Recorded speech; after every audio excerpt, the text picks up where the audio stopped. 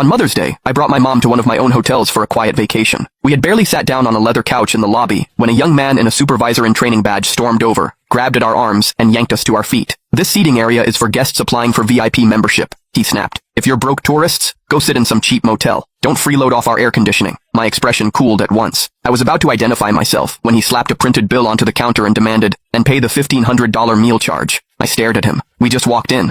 We haven't even had water. Why would we owe $1,500 for a meal?" He rolled his eyes and knocked on the front desk with his knuckles. "Anyone who stays here pays it. This is a luxury hotel. Whether you eat or not is your business. You still pay." My patience ended there. "Call your manager." Instead, he sneered and tapped his name tag. "Jacob White. Remember it. This hotel belongs to my god sister. I run this lobby. Complain to whoever you want. No one can help you." I went still. I was the only son in my family. None of my relatives had anything to do with my hotel business. So who exactly was this god sister who had somehow become the owner of my property? I looked at his badge and memorized the name. Then I said flatly, "I'm the owner of this hotel." Jacob looked me and my mother up and down like I just told the world's stupidest joke. A rough laugh broke out of him. "You really are desperate to dodge the bill." He curled his lip. "Pretending to be the owner dressed like that? I've seen plenty of cheapskates like you. If you want to travel poor, stay somewhere poor. Don't come to a 5-star hotel to soak up free AC and act rich." I glanced at our clothes and almost understood why he dared. Before coming back, Mom and I had wandered through a flea market nearby. We'd bought loose cotton linen outfits because they were comfortable, and together, they had cost less than $30. Mom was carrying one of those free reusable market bags with a fruit ad on the side. In this gleaming lobby, we did look out of place. Jacob slammed his palm on the counter. "My god sister built her empire across Southsake with her own hands. You two aren't fit to polish her shoes, and you dare impersonate her?" Mom frowned and looked at me. She had spent her life as a respected senior teacher at one of the city's top high schools. She had taught generations of students. She had never imagined being humiliated like this, least of all in her own son's hotel. When she saw me shake my head, she turned back to Jacob. "Sir, what you're doing is abusive commercial conduct," she said crisply, "and the hotel lobby is a public area.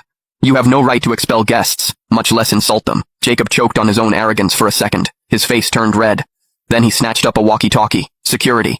2 troublemakers in the lobby. Get here now." In under 30 seconds, 4 guards rushed over. Jacob pointed at us viciously. "I make the rules here. If you don't pay that meal charge, you're not leaving." I looked at the absurd scene and felt disbelief curdle into anger. Who was this so-called god sister? Which executive had been using my name and my assets to build a private empire under my nose? I reached for my phone and found only a dead screen. At the market, I'd used the battery filming videos for Mom. If this turned physical, she could get hurt. So I stopped her from arguing and looked at Jacob. "Fine," I said. "I'll pay the $1,500, but if this is for a luxury meal, I want an official invoice and a full itemized bill." The second he saw me pull out my card, he smirked.